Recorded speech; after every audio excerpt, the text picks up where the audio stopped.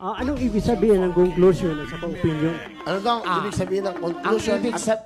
Ang ibig sabihin po nun tayo, ang conclusion at saka opinion, between conclusion and conclusion, hindi ka makakapasok. Tama. Conclusion. Conclusion. Tama. Pag opinion, pwede ka pumasok kasi opinion. Magaling. Ikaw na. Dodoblihin ko na yung sa akin. Yung isa'y pick-up line. Kung sakali bang nakuha ko, halimbawa yung number mo, tawagan kita mamayang mga 7 p.m. Okay. sa cellphone, hindi ako nagpapakilala. Kilala mo yung boses ko? Ito.